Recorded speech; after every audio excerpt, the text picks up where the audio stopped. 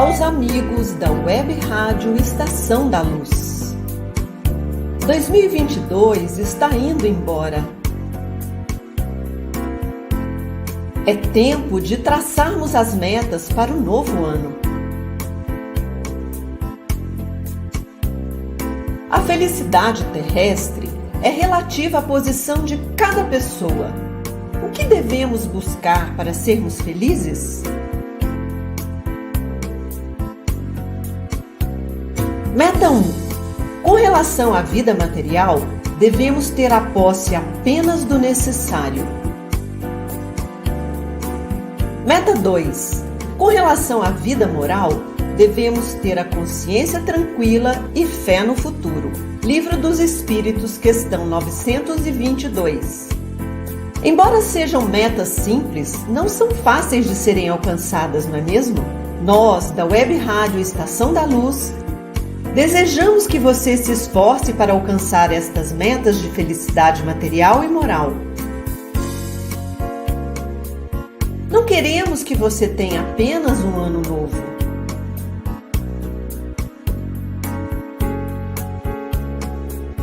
Desejamos que você tenha um novo ano e busque se tornar um novo ser, confiante em um futuro melhor, praticante do amor que Jesus nos ensinou. Muita paz em 2023.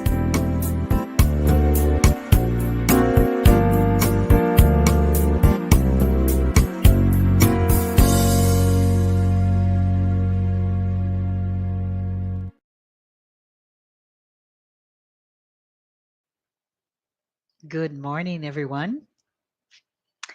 Thank you so much for joining us in this series of talks promoted by the United States Spiritist Federation every Saturday morning at 11 a.m.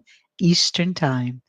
Today, I am so very happy to be here and host our talk where REJANE will be talking to us about the mysteries of the universe. Before we turn it over to REJANE, I would like to take a moment for all of us together do this small opening prayer. I invite all of us to please close our eyes. Let's take this opportunity to open our hearts, our minds, to all the spirits of light who are here present with us, along with our benefactors, those who guide us during our entire journey on earth. May we all be blessed. May REJANE today receive the divine inspirations during this talk, and may all of us be touched by those words in our daily lives. So be it.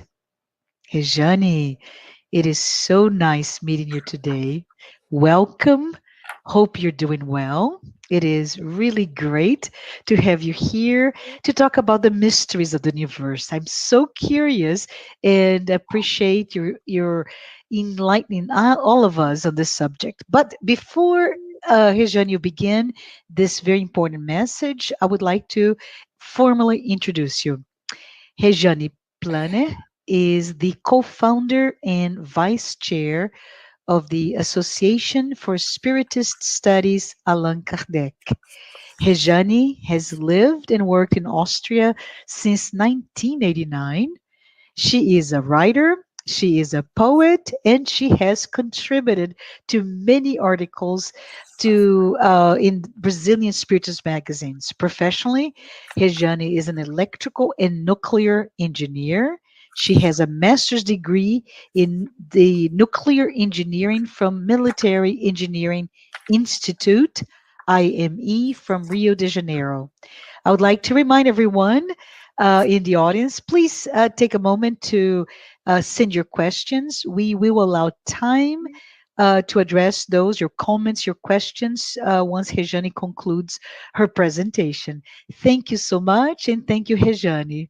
Please go ahead and get started. Good morning or good afternoon. We are in Austria.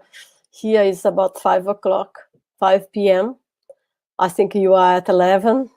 It's a pleasure for me. I'm very glad to be with you, to communicate again in English. As I was telling Marcia, it was my working language for 30 years at the UN. At home, we speak German, and in the Spiritist Center, we speak Portuguese. With some friends, I speak Spanish. That means with others, Italian. It's quite difficult to turn on, turn off all those languages. And I apologize if I make some mistakes, but let's try to communicate. That is the best. Our main purpose today is to talk about those mysteries. There is a mistake in my there's a mistake in the first mysteries of universe with I. It's sorry. This should not happen. It's to talk a little bit about those mysteries of the universe, those questions that come to our minds, and sometimes they pass by, they don't stay longer, but they are with us. And somehow we come back and think, why are we here? Where all what we see comes from, and other deep questions that mankind has asked themselves along the millennia. In fact, our whole life is driven by this progressive and irrevocable flow of time. We don't stop, and time for us does stop. 30 years I've been in Austria, and it seems like yesterday. I arrived here in the middle of winter, dark, gray, whatever you can think about, like in New York, probably. November, December are months that everything is gray. There is few sun. And today we are in summer, very nice sunny day, but those years pass by so quickly, and I didn't perceive. And we also don't perceive this flow of time in our lives. Many people, because of this, of being caught in this cage of time, many people live in the cage. They are driven by tangible things in a very fragile reality, that people forget that this reality that we live is not the real life, is not the real world where we come from. It's just a time in the eternity. What is 70 years? What is 8 years? Nothing. But our society offers us so many pleasures, but not always provide for them. The media, the social networks contribute to form the social and cultural habits that prevent us to look to other life realities. Then what we do, the individual or the person thinks and reflects upon according to his own beliefs and notions of the physical reality that for him is the only possible reality. However, for since millennia, mankind is looking to unveil the mysteries of life. Where do we come from? Where am I going? What am I doing here? What is the purpose of my life? And many philosophers, thinkers have reflected upon those questions and have interrelated them with science. One of my goals is the way I see life, is this connection, this relationship between what I believe and between the world I see. And I cannot see the world without the point of view of science, as I cannot see the world with the point of view of my inner life, of my beliefs. And of course, one of my beliefs is in the immortality of the soul. The other is the reincarnation. The biggest belief is faith in God, and be sure that we are in a universe that is driven by a source, a force that we don't know what it is, that we name God. This force that writes for us what we call the divine laws, because they come from this force that we name God. This force drives our life, but it does command our life. Then one of the first mistakes that mankind has made is to think that God is looks like man. God, and this is the first question Kardec poses to the spirit: what is God? The second main important concept and thing that we need and that we look for a better understanding is the origin of life. Where do we come from? And in the origin of life, we can think in two ways: where we come from as people, as spirit, as soul, and what is the origin of the universe. And we will talk about the two things. The other is the spiritual life. How is this infected, this spiritual life? How is life in the other side of the world? The fourth, reincarnation, the cycle of life and death. If we don't face that we are here for a certain period, that we experience this reality, this life reality for a certain period only, and that we'll continue living in spirit as souls in another reality, then most of what happens around us will not make sense. And reincarnation gives the other step in this understanding. We come back. If we today fail, if we don't succeed in some of our experience, in some of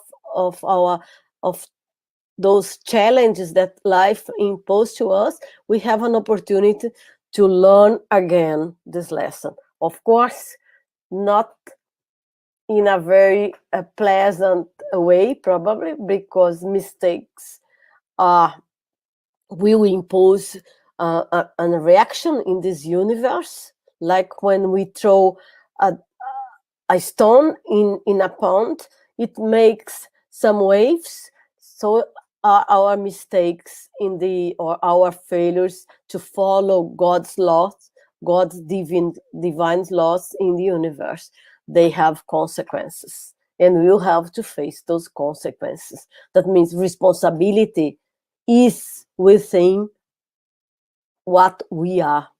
If we don't have responsibility for what we are, for what we do, then we will live in this cycle of life and death, reincarnation, many centuries or millenniums, and suffer and pain will be part of our lives. If we wanted to cut this chain, we need to progress. We need to evolve spiritually.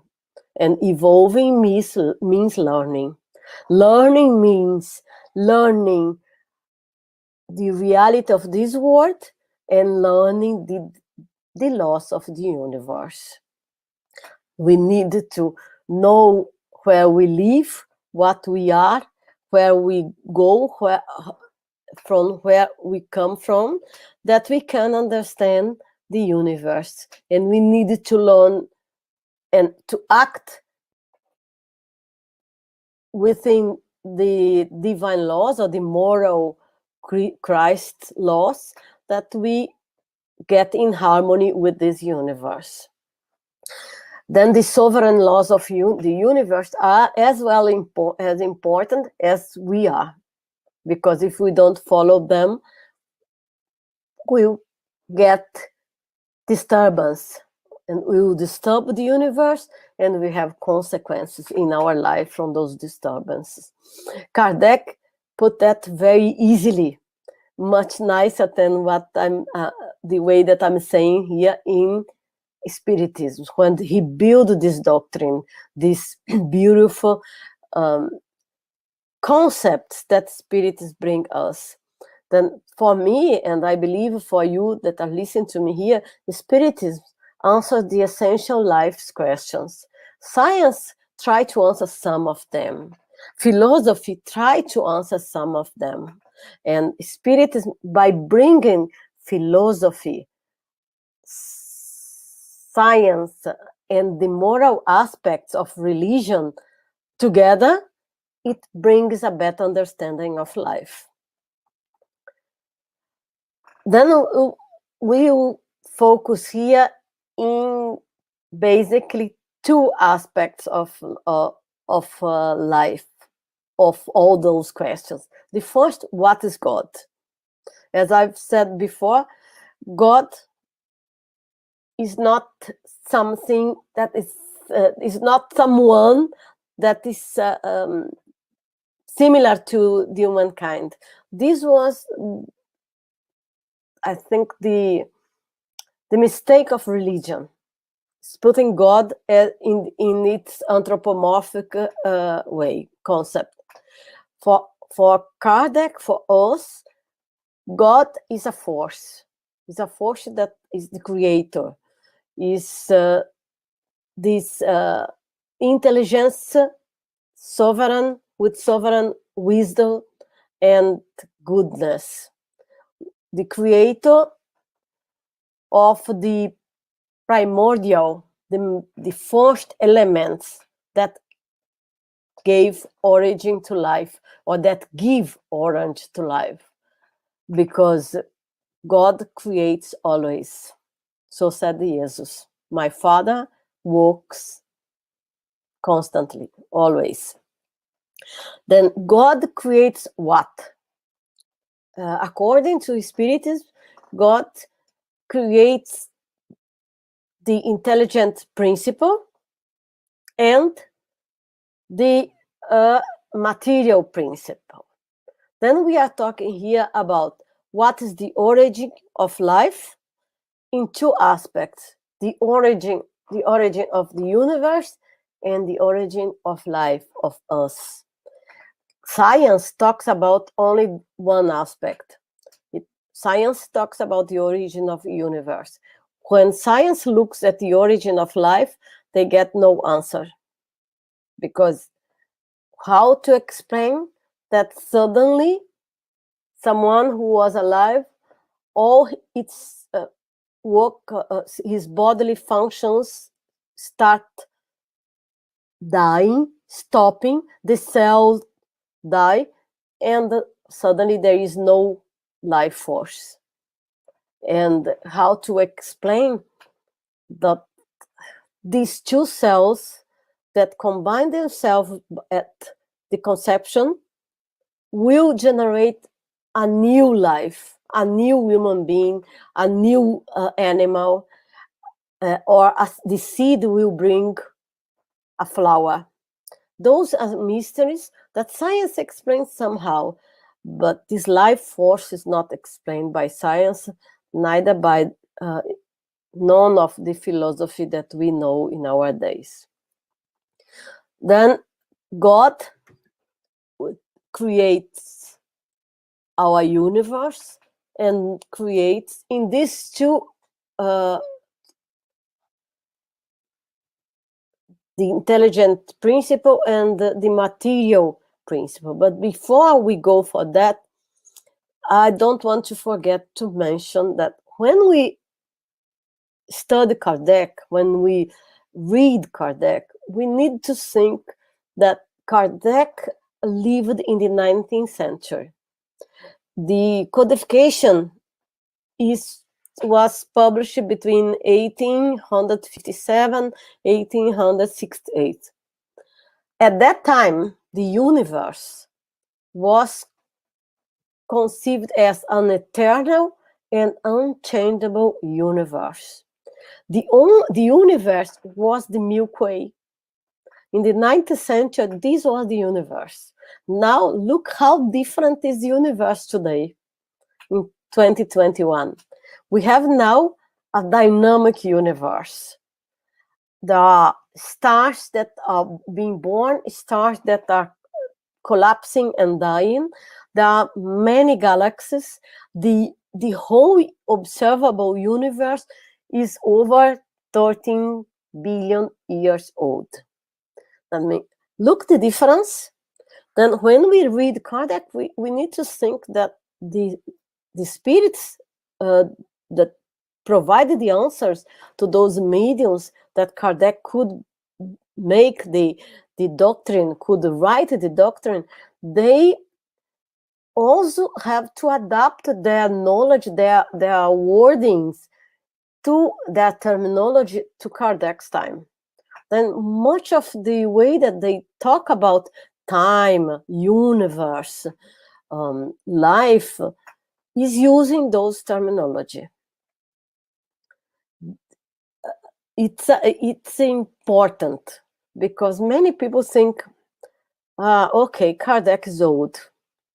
We are in the 24th century. Why should we listen to someone from the 19th century with such a language that we cannot understand today? That is not true. Kardec, the bulk of the doctrine, is as much true in the 19th century as it is today. And we'll see that when we compare Spiritism, the basic concepts of Spiritism with other doctrines, with Buddhism, with Hinduism, with other truths that we believe in this world. A truth repeats because it's a truth. If it's not true, it will disappear. I apologize. I have two screens here, and now I don't know where is my PowerPoint. Got it. Thank you. Then science at the 19th century was also marked by many new discoveries. When we talk about in the Genesis about the formation of the earth, we have to keep in mind that the principles of geology were discovered by Lyell in 1830. And Kardec wrote the Spiritist book in 1857. That the origin of the species by Darwin was published in 1859. That the table of elements came in 1869 after Kardec.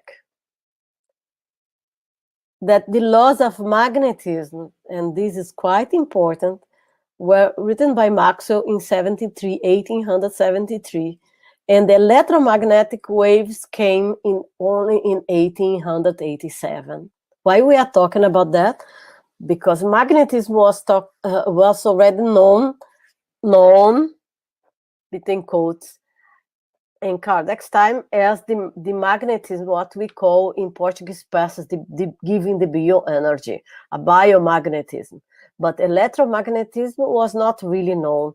The electrical force, how they say, and the magnetic force were known. But the two, when they are perpendicular to each other, they form the electromagnetic force and waves. This was not known. And this is basic. Time and the space. At time of Kardec, time was not seen as a relative, because it was introduced as a relative by Einstein in 1905. like the concept of space-time together and space as a dynamic, space-time as a dynamic concept, let's say, it also came only with Einstein. In Kardec time, nevertheless, in the Genesis, written in 1868, we'll read there that time, in the chapter 6, time is the sequence of things. That means the spirits already try to bring that the concept that time really does exist, that time is perceived by us in this universe as the sequence of things. This is a concept quite actual. The other important concept, space is infinite.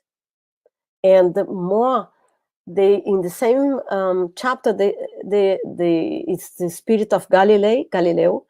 He says, we travel always at the same speed of light, when he gives an example of the universe.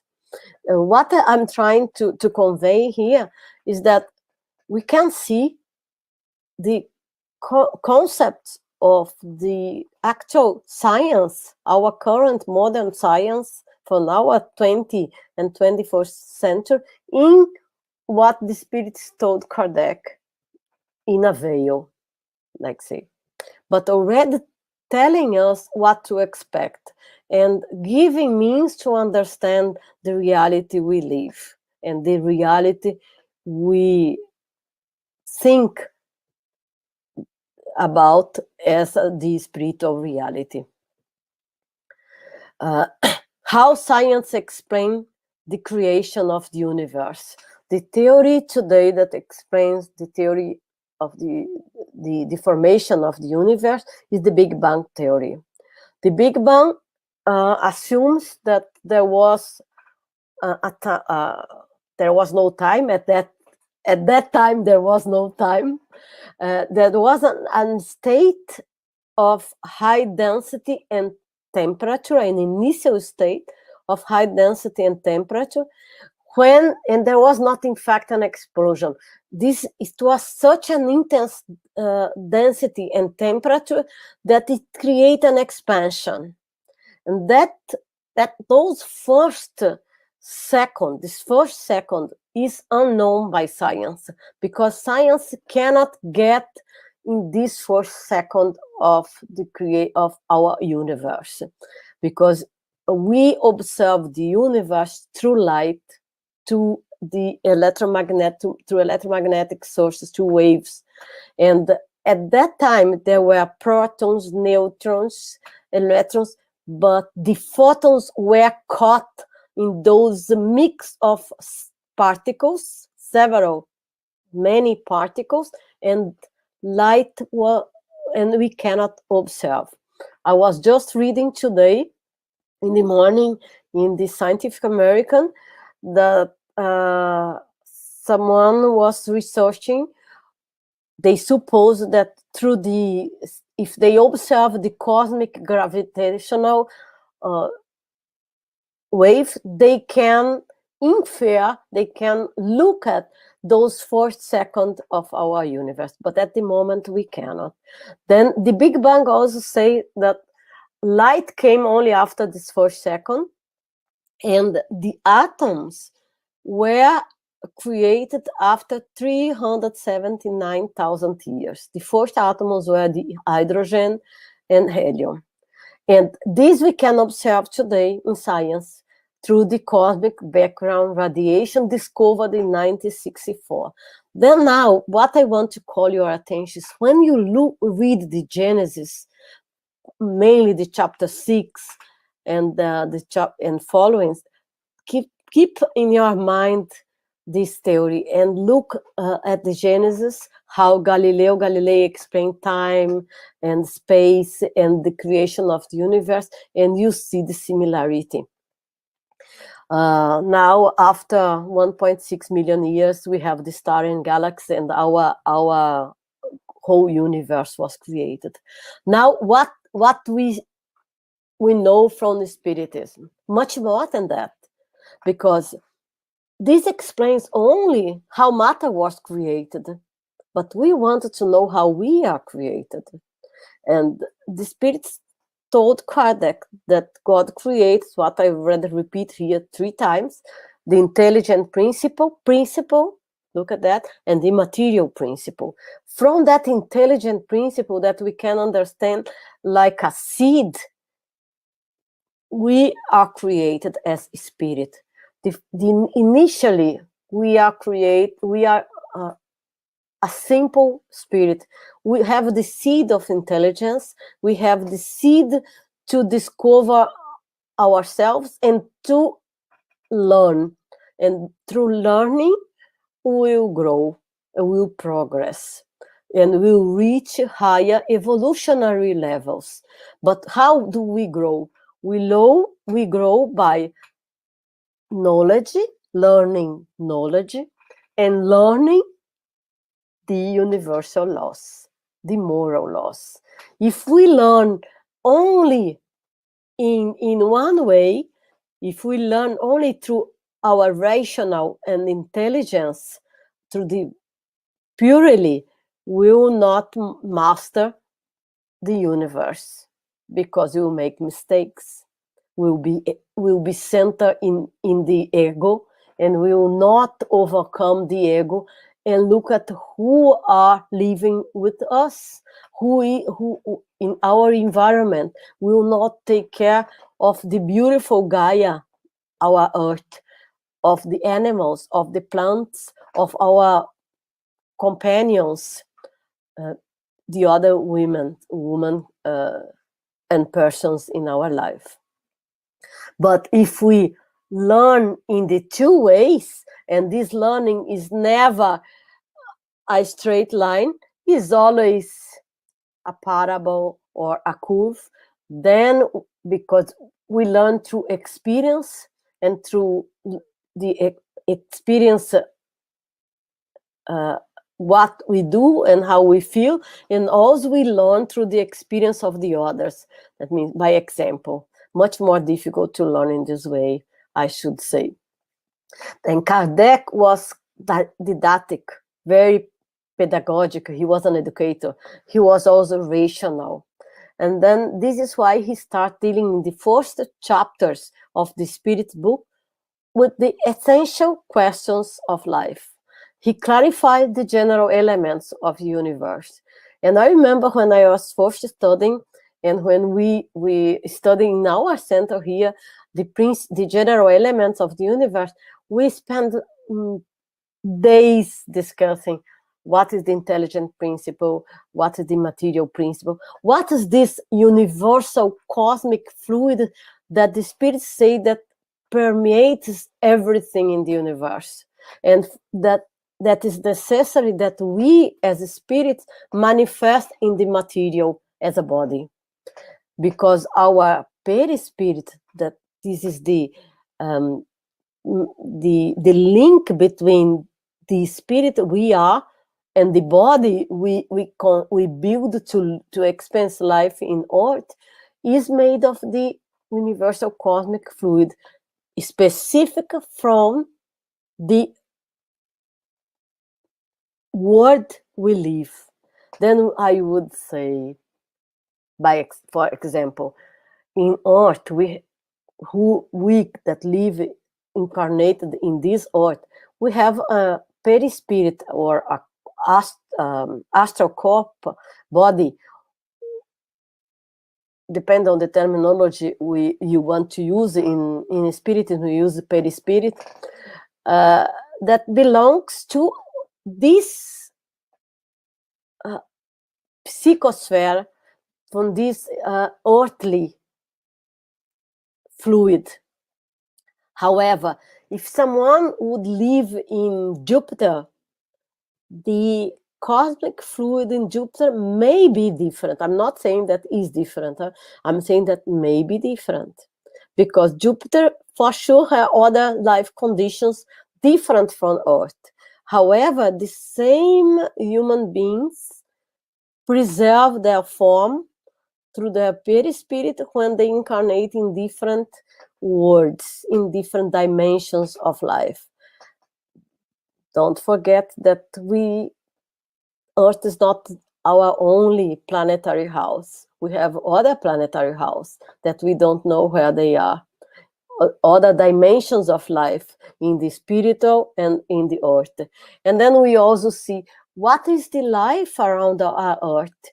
When our body died and when we pass to the reality of the spiritual life, what we'll get will be still in this psychosphere of the earth, and we will have in our perispirit the same cosmic fluid, a little less dense, because when it is connected, linked to our body, it has more of those maybe atoms or matter or that belongs to here, a little bit less, but still will bring with us what we are here in emotions, in psyche, and some stuff that we bring with us.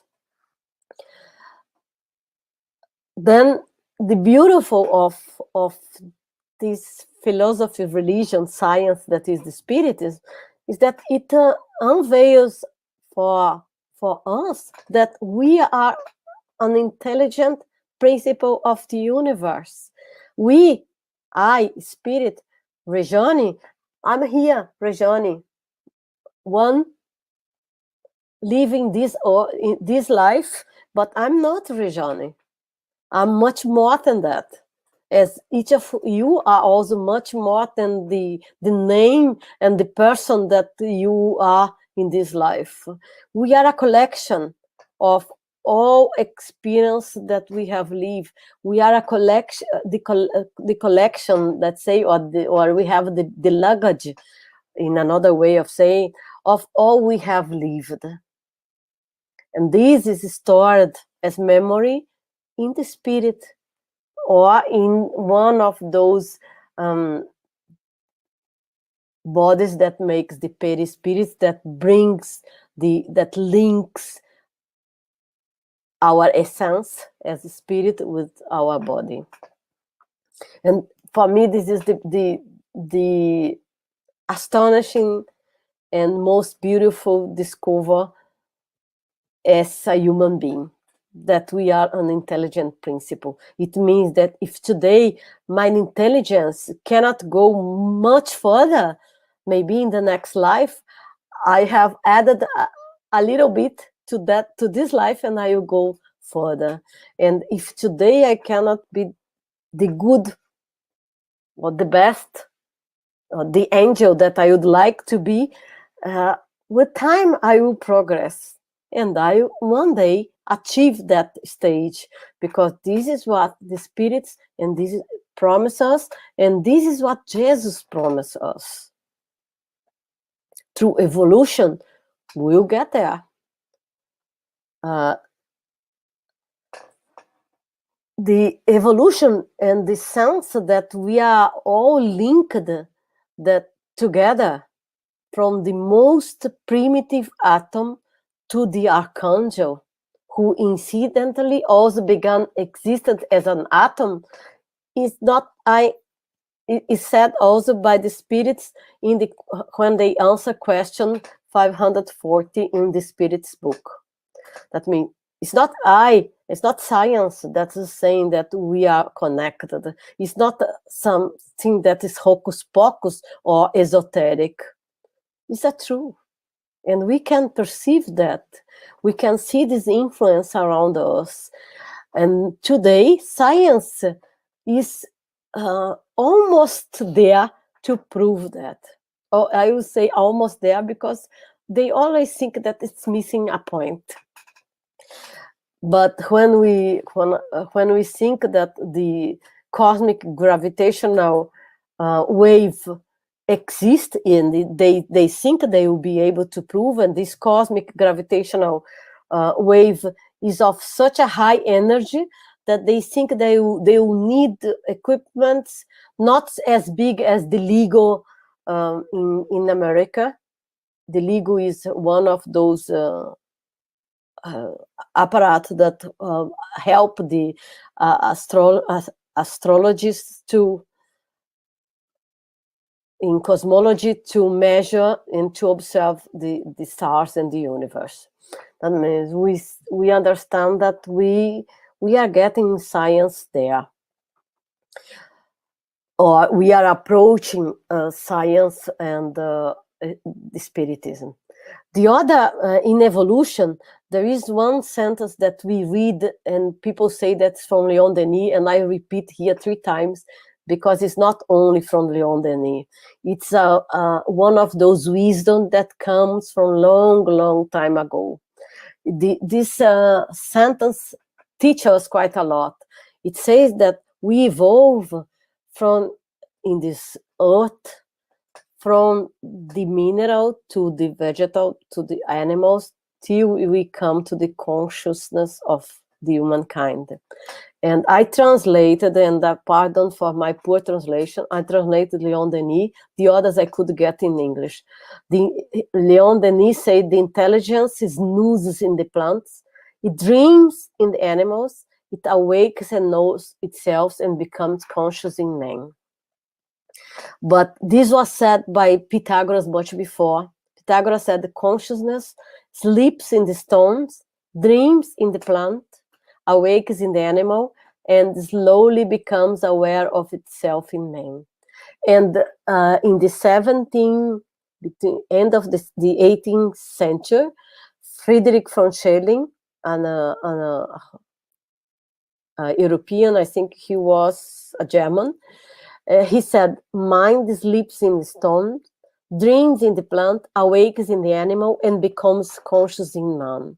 Why am I'm saying that? When I'm marking this sentence, because it tells us about our evolution. It's an arrogance for men, or for the human being, to think that we have been always in this form. We have evolved since this intelligent seed till now. And to evolve, we need to learn from the beginning, like starting in the kindergarten, or like a baby is crawling, is starting its first sentence by bubbling. Like that, we start bubbling or crowding in the universe. But this evolution is being proved, or is being researched by science, and science is getting some very interesting results. This, for instance, in Tel Aviv University, this study is from 2016. They just a moment. I have a visitor, I guess, but okay. I'm getting for my neighbor nice, very nice apricots. You don't know how nice it is. But let's back here. Apologize to you. Then what in Tel Aviv University in 2006 they did?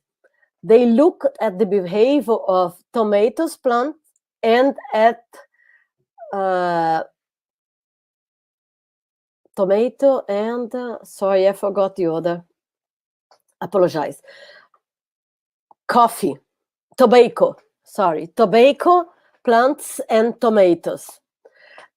What they did, they measure with electromagnetic waves. They measure the sound of the plants. They try to measure that, and they also try to measure how they experience the different changes in their environment. And what they wrote in this paper, and what they prove, is that plants that suffer stress, they show altered phenotypes. That means they change color, they change the smell, they change shapes, and more. And this we know because stress can be lack of water, stress can be lack of sun, and we know that the tomato will not grow, that the plant will die, but that they also emit airborne sounds that can be recorded remotely. It was not yet proven, and they did this research in the Tel Aviv University. If you want, I can send later on all these references.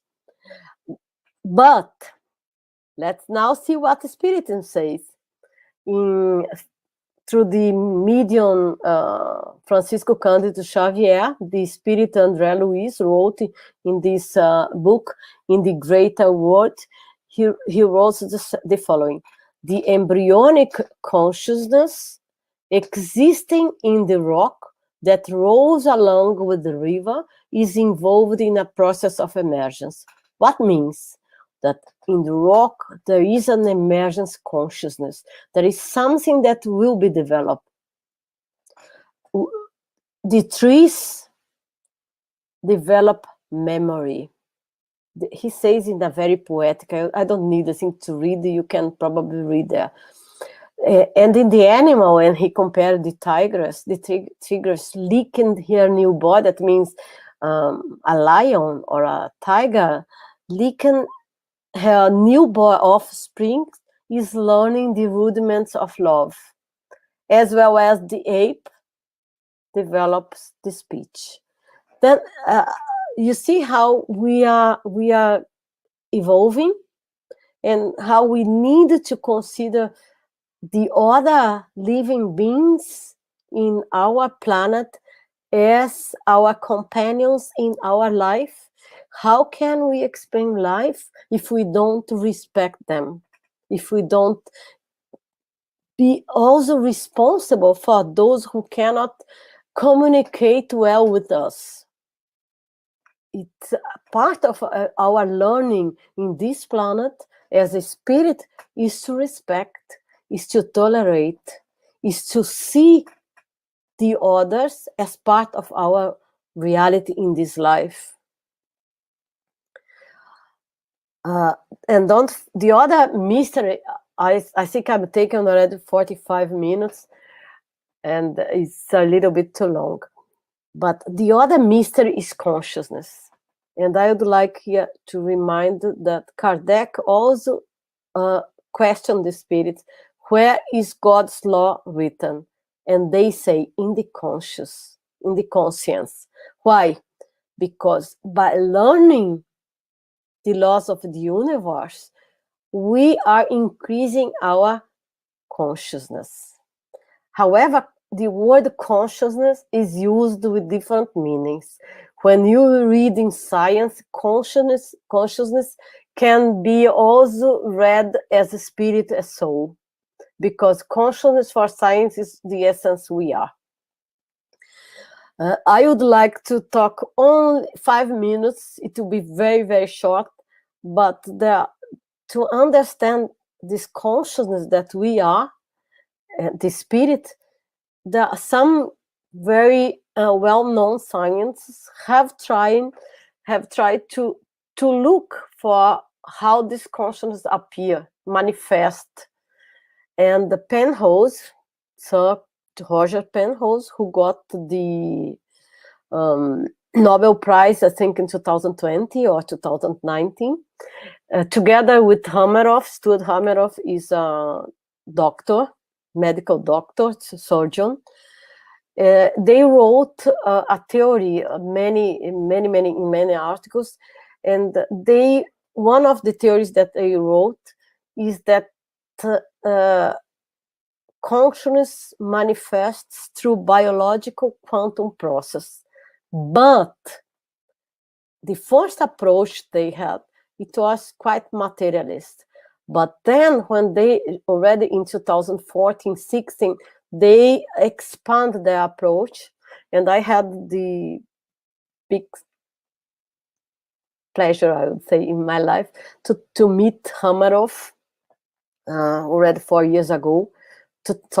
more than 4 years ago, 2016, and we were in the same hotel, in the same conference, and we had good chats. And he's not materialist. At least I couldn't see that. He was quite a deep and one of the most intelligent person I've met. And they also say that there is a consciousness that could be deeply related to the operation of universal laws. That means they are intrinsic.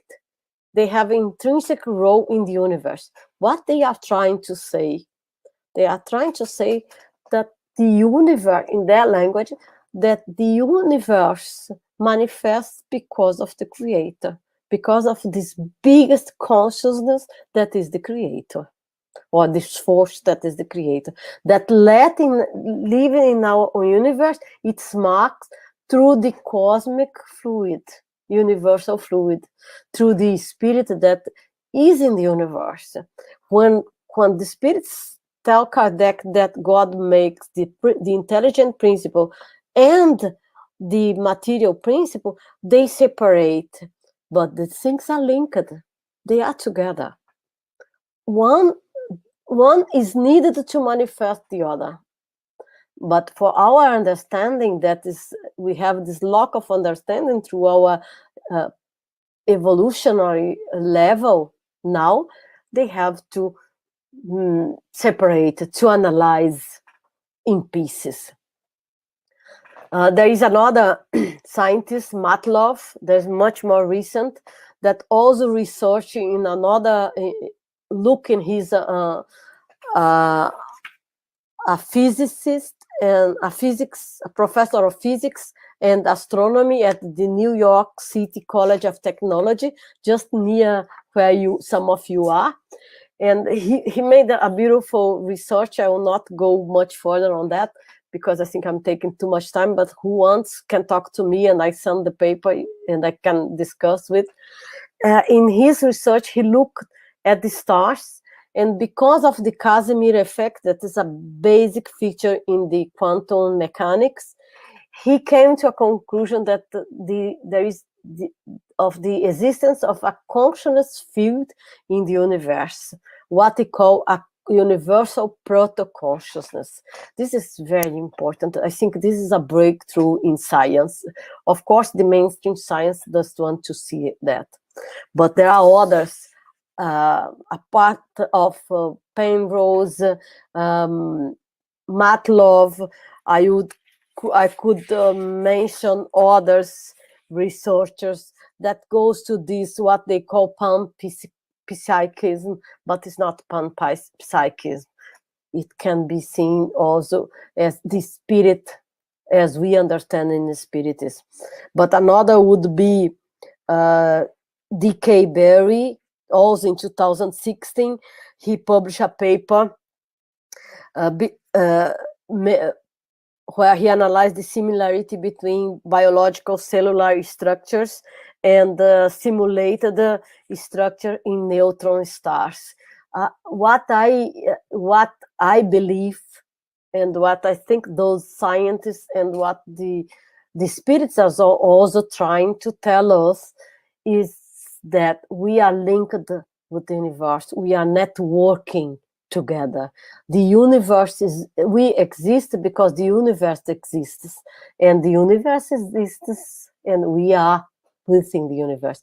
Then when we remember how the Buddhism and the Hinduism also think about this unite,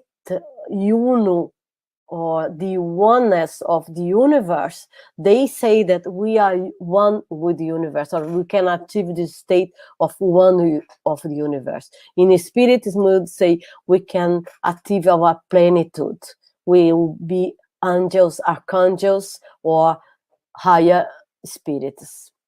And with that, I could go on a little bit more, but I think with that, we finish. Leaving for you to think how beautiful is our life in this universe. When you at night or in the morning, when you can look at the the sky and you see the stars, remember that there are many words up there.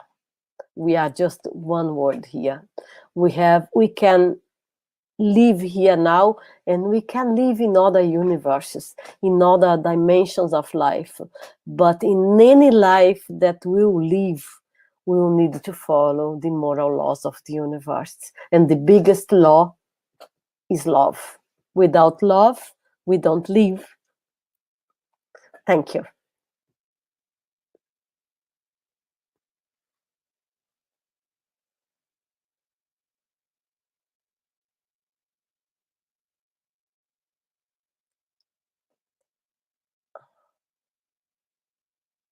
I'm not listening.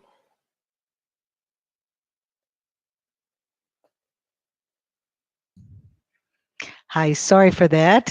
My microphone was on mute. I just want to say thank you. Thank you, Rejane. And let's see if we have any questions. Again, I'm not listening. So the first question, can you hear me? I'm not sure if I am having technical difficulties or well, Yasko said, hi, Rejane, thanks for the great information. Jesus, 2,000 years ago, only could leave the notion of a fatherly God in replacement of a punishing God, still an anthropomorphic entity. With the significant progress in science, from micro to macro cosmos, especially in the last 2 centuries, I'm wondering whether one of the things Jesus said the people of this time could understand, but would be revealed later, wouldn't be the notion of a non-anthropomorphic God. So what is the impact this new concept would make to attract back people to God, to religiosity, and to spirituality?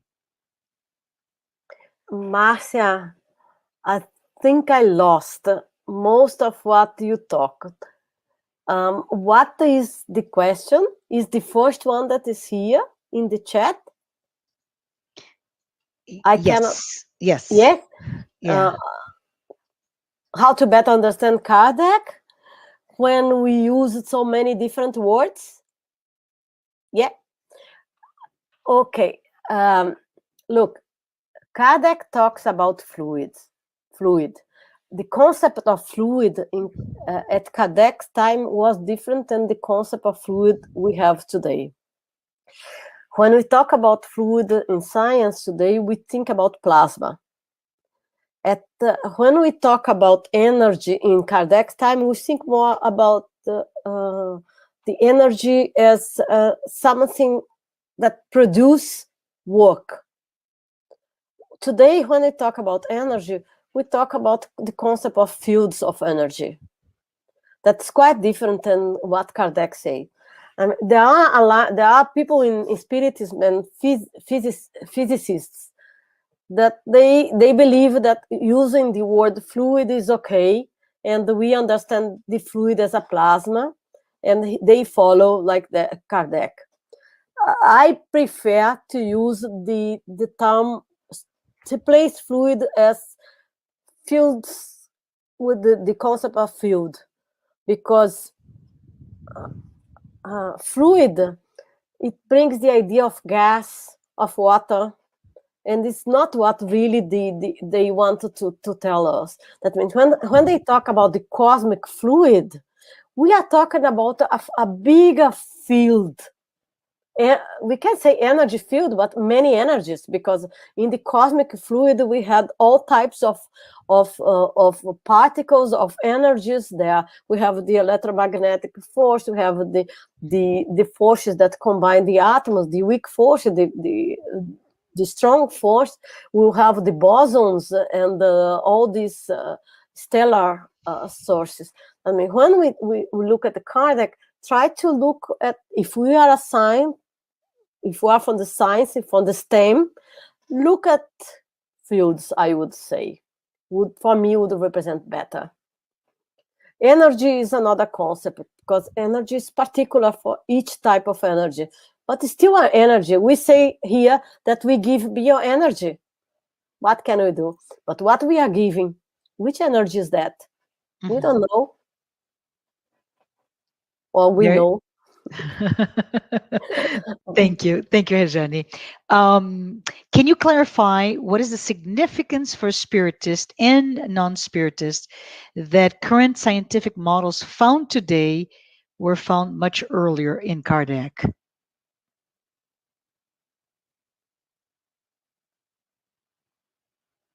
I'm not sure if I understood correctly the question, but for us spiritists, I think Kardec brings us the knowledge that was hidden. He unveils some mysteries. For the non-spiritisms, I would say for someone that does believe in God, it's quite difficult to explain spiritism.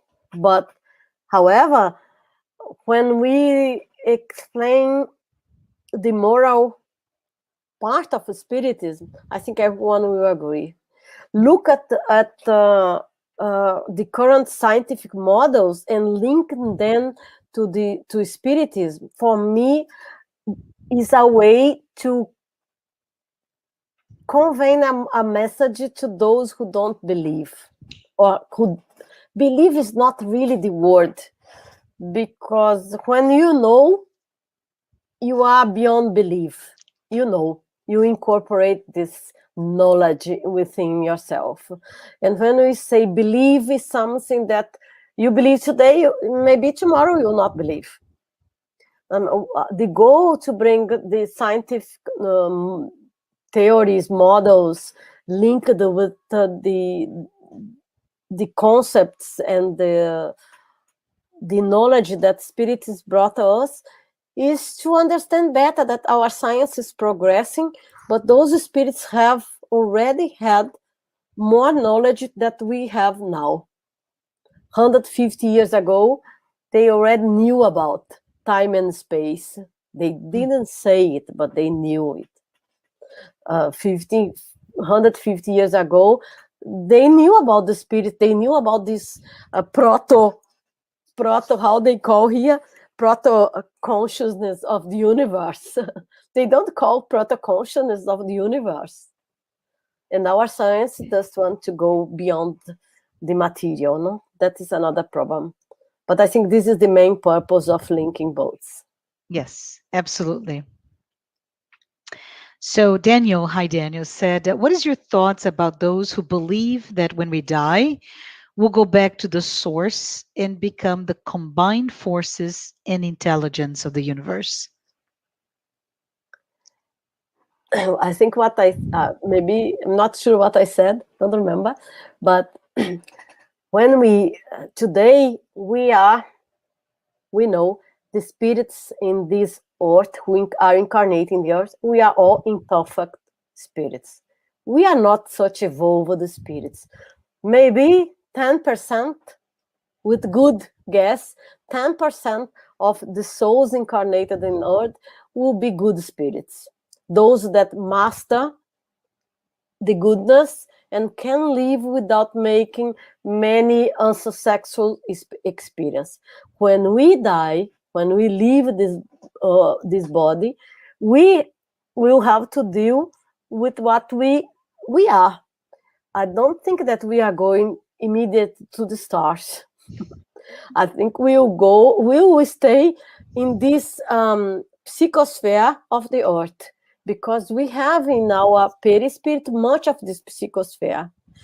If we are a very high evolved spirit, if one of us, maybe some one of us is, they can choose, like the spirit says that Dr. Bezerra de Menezes and Madre Teresa of Calcutta, or Gandhi, those who have already shown in this life that they are evolved spirits, more evolved spirits, maybe those they can choose. And they say, no, I don't want to stay here in this psychosphere of the earth. I go beyond that. And then they go beyond to the level they belong to.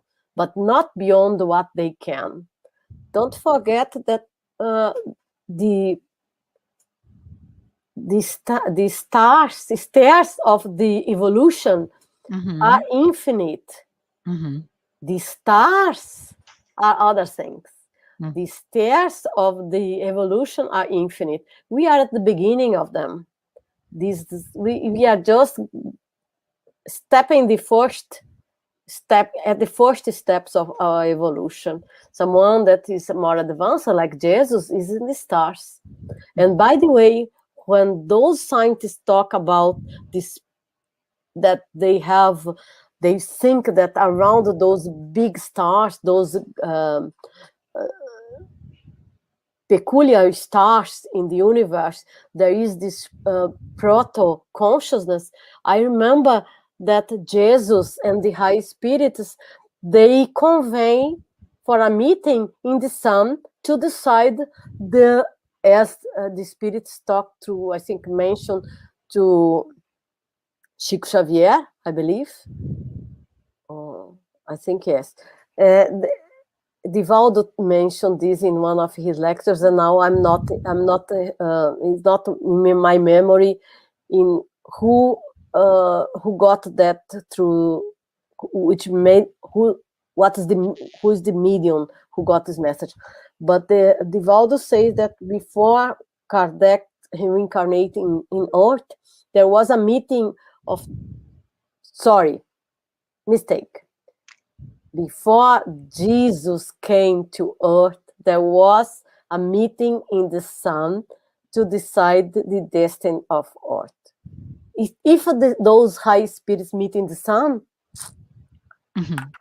there is a consciousness, higher consciousness there. Yes, yes. I can't wait until we have all of that scientific thoughts come to us. Right? I don't want to bother anyone with my It's awesome way of thinking. Yes, don't worry. So Louise mentioned, thank you, Louise, for your question. I totally agree with your view of mapping the old meaning of fluid with a current meaning or field. What would be your interpretation or mapping of the word vibration in the spiritist context? Great question. Yeah, a good question. We understand vibration as frequency, in science. Still, we wanted to understand vibration as frequency. But frequency can tell us about electromagnetic frequency. Usually, we use frequency for that. But we can also use vibration for sounds. Vibration is sound waves. That means when the spirits talk about vibration, we need to look carefully, because electromagnetism is frequency. Sound waves have frequency also, we can say that, but we need to look carefully about that. We will need a study about the different vibrations. What is the vibration of a spirit, of a soul? The soul manifests with its perispirit. The perispirit has luminosity. Luminosity would be electromagnetism, frequency, light frequency. But it has also expansibility. That means this is another frequency, is another vibration. We need to be careful. Yeah, I think when we compare science with spirit, we need to be careful, and we will need to map really how the colleague here said the word vibration and understand. But I would ask you, do we understand what is the perispirit? We have a lot of theories, but there is no really scientific study of the perispirit. We study the perispirit through what we know from the spirits, from the communication of the spirits, and from observation of mediums observation. Carefully. And if I use sometimes the word frequency, I may make mistakes. Vibration is what I think the spirits use in the codification, but we need to analyze. Very good. I would even say, Rejane, that all of us, as we, you're in Austria, so you started this talk with different languages, right? And maybe we need to define what I mean by that, blah, blah, blah, right? Very, very Yeah, good. Thank you. So we yeah. have another question there. Thank you, Louise. Louise mentioned the other Louise. Do you believe that the academia will eventually embrace the existence of the spirit in the framework of mainstream science? Would you guess when? That is a dream, no? But I believe. Look, I'm a member of the Society for Scientific Exploration since 1992. I believe that the SSE, the Society for Scientific Exploration, that has the biggest minds of our time. Members of the society are Hameroff, Penrose, Sheldrake, so many that Stevenson, Tucker, all of them are there, and many more that I don't remember. They don't represent the academia. They don't represent the mainstream science. Mainstream science is very conservative. And who make the mainstream science? If you read Scientific American and Nature, you see that who make the mainstream science of our time is money, is who pays. And this discussion is very much in the academia, or I would say in the journals and the newspapers that convey the thinking of the researchers and the scientists. It's not the mainstream science, but we are going there. One of good source of new knowledge and those who are breaking the ceiling of science is the society.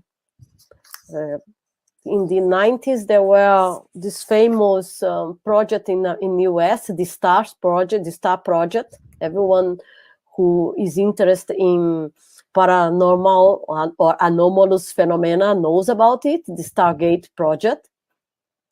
And where one of the labs of the Stargate project was in Princeton, the Princeton University. Princeton University makes the mainstream science.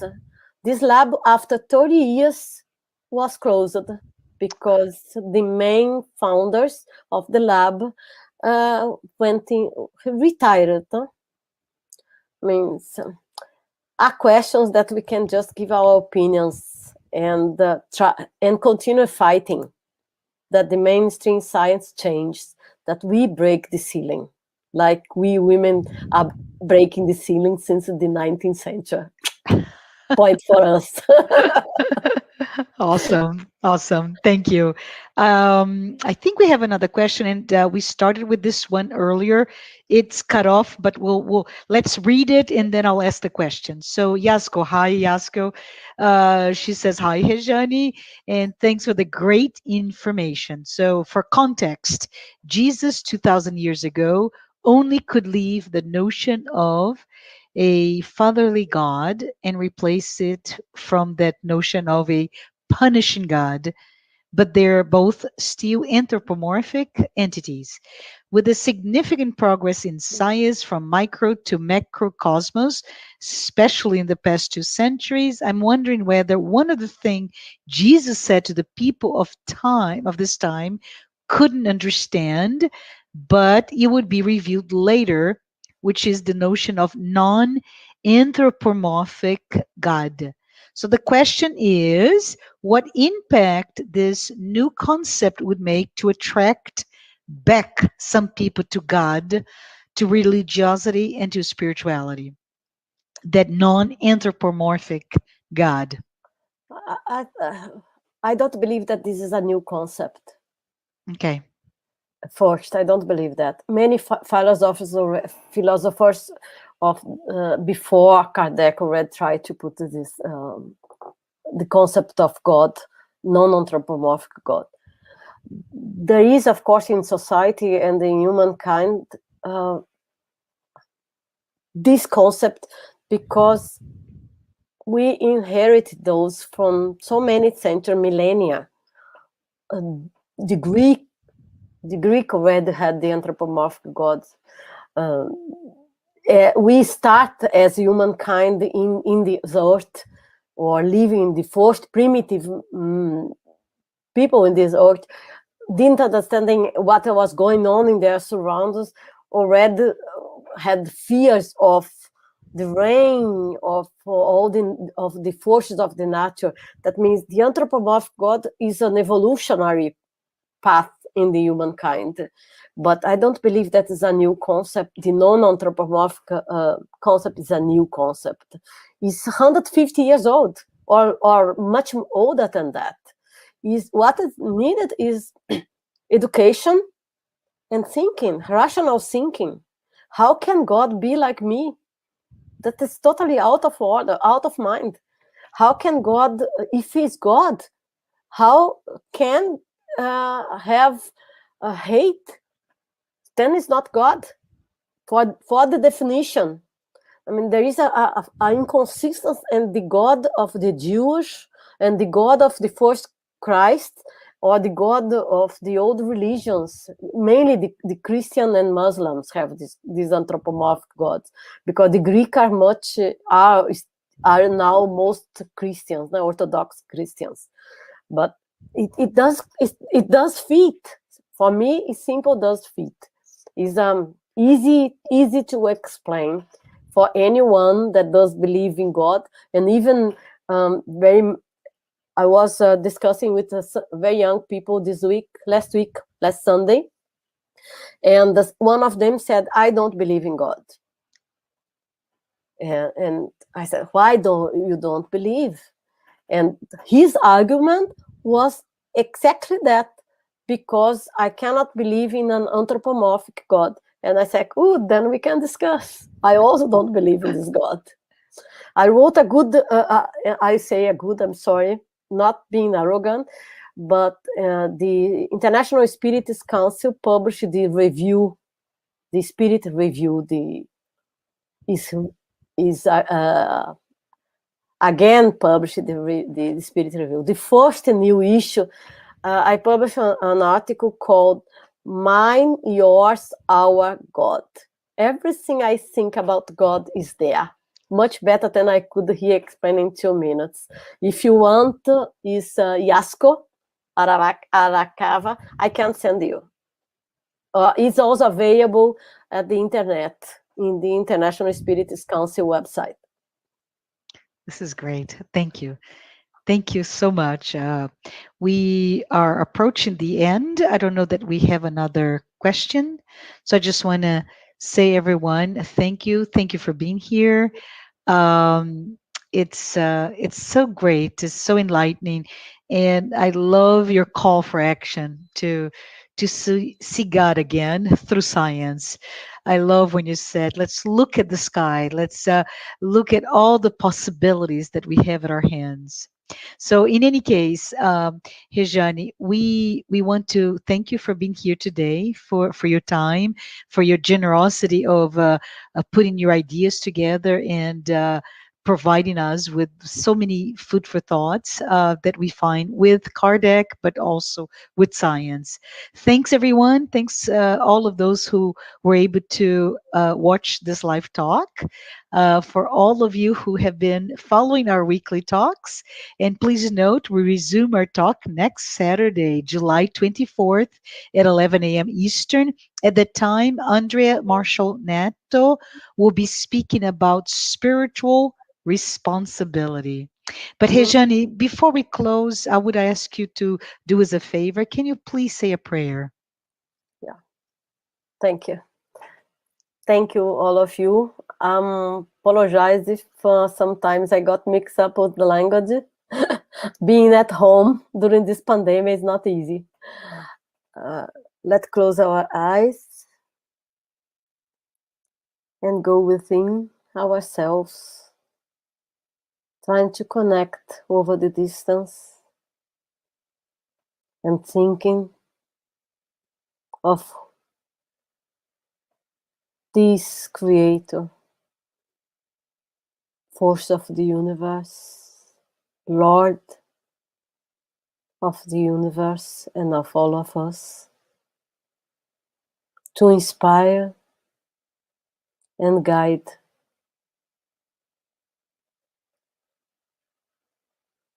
our journey in this life and our journey in all the lives that will come. Beloved Jesus, our friend, our Master, be with us and have mercy to the earth. Send your light, the love to all the souls and the beings, alleviating suffering, helping those who are sick in the hospitals or at home, who don't have a hand to hold. Be with them, Jesus, and be with us. Blessing our families, our companions, our friends, and the whole world.